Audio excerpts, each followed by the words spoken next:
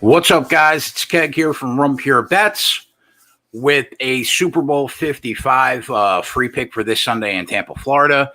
As we know, it's the Chiefs. They come into Tampa, take on the first true home team in Super Bowl history in the Tampa Bay Buccaneers.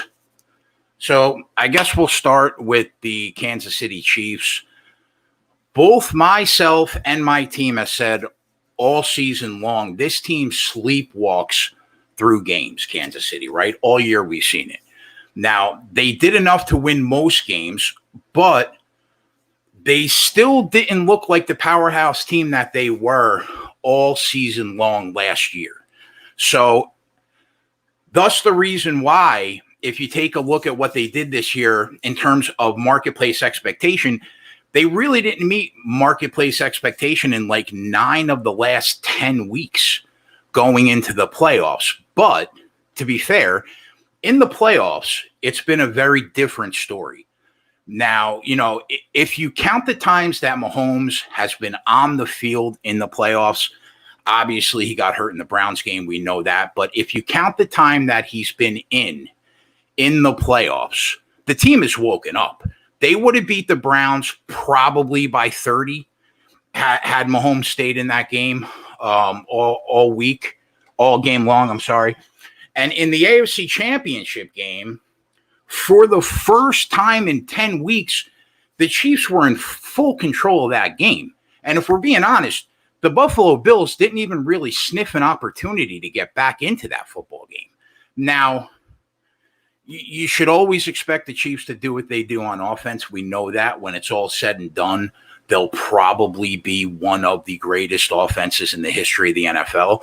We know that. But what this YouTube channel has said for most of the year is the Chiefs defense feels much better than it did last year. And everybody sleeps on this defense because the one thing that pops into your head when you think about the Kansas City Chiefs is the Mahomes offense. But I argue the most underrated unit on the field come Sunday is going to be the Kansas City defense. Now, the analytical sites like Pro Football Focus, Football Outsiders, they disagree. They think that this defense is outside the top 20. I don't see it that way, man. I think they come up with timely plays. I think they're solid all the way around the ball, stopping the run and the pass. And I just think that they're an underrated unit in general. Okay, so what do we see from the Chiefs on Sunday? I think we see the playoff version of the Kansas City Chiefs that we've seen in the 2 games during the time that Mahomes has played. That's really what I think we see. And some timely plays from an underrated defense to go along with an offense that nobody can stop at the end of the day. Now, the Bucs, who have been the death of me all year, greatest quarterback of all time, Tom Brady, Tampa Bay Buccaneers. I'll admit, man, I had a pretty hard time figuring this team out all year. Despite having a really solid regular season, if I faded them, they would beat me. If I backed them, they'd find a way to screw me. So let's start with the Saints game. The Bucs weren't even able to lead a playoff touchdown drive in that game that started on their side of the 50-yard line. That's bad. They looked awful in that game.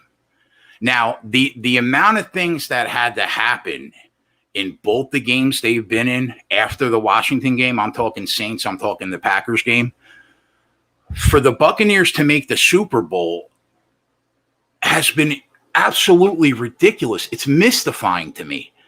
Drew Brees in that Saints game throws 3 interceptions, okay? That's not good. In that same game, Tom Brady throws what? 3 interceptions? All of which end up being overturned by the referee in favor of the Tampa Bay Buccaneers. In that Saints game, the Saints had chance after chance to win that game. But in the end, Bucs win 30-20, probably the most misrepresented final score in the playoffs this year, in my opinion. Now, the Packers game, NFC Championship game, still gives me nightmares. You can't sell me on the fact that Tampa Bay won that game. I'll go to the grave saying that the Green Bay Packers lost that game. Period. Full stop. End of story. Matt LaFleur, good head coach, done a great job the last 2 years in Green Bay, called one of the worst NFL playoff games I've seen in a long time. I don't even know, like, where do you begin in that Packers game? All right, first, let's give the Bucs their due. I think that they outplayed the Packers for the first 20 minutes of that game. Albeit, I don't think they were crushing them, but they clearly outplayed them for the first 20 minutes of that game. But somewhere in that second quarter, the Packers started missing opportunity after opportunity and made bad plays on the field that you didn't see that team make all year long, right?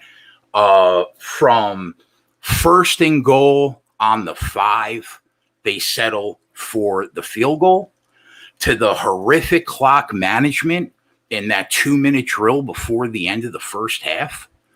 And after all that, they let Tom Brady, who can barely throw the football 50 yards in the air at 43 or however old he is, barely throws the ball 50 in the air.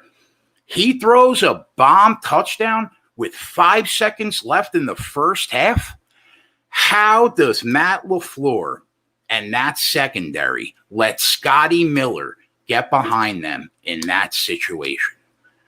That's the Packers bad. That's nothing Brady did.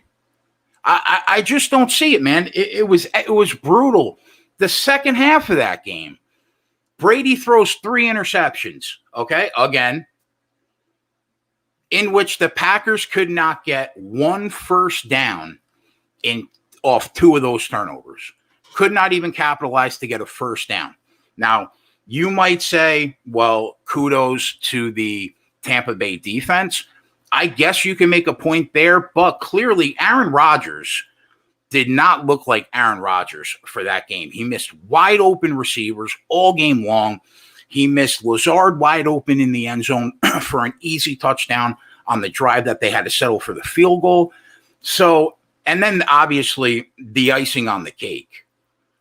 4th and goal, down 8 points, and you take the 3 when you still need a touchdown to win the game? Now, Matt LaFleur argued analytics in that spot. I don't want to hear about analytics in that spot. You're close to the goal line. You got to get that in, man. And in the end, the game was stunningly bad for the Green Bay Packers.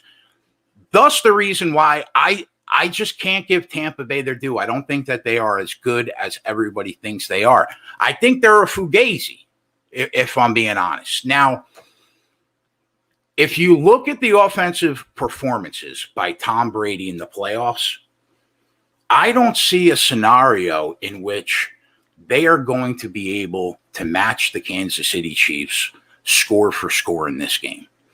We already know that there is no defense that can stop this Kansas City offense.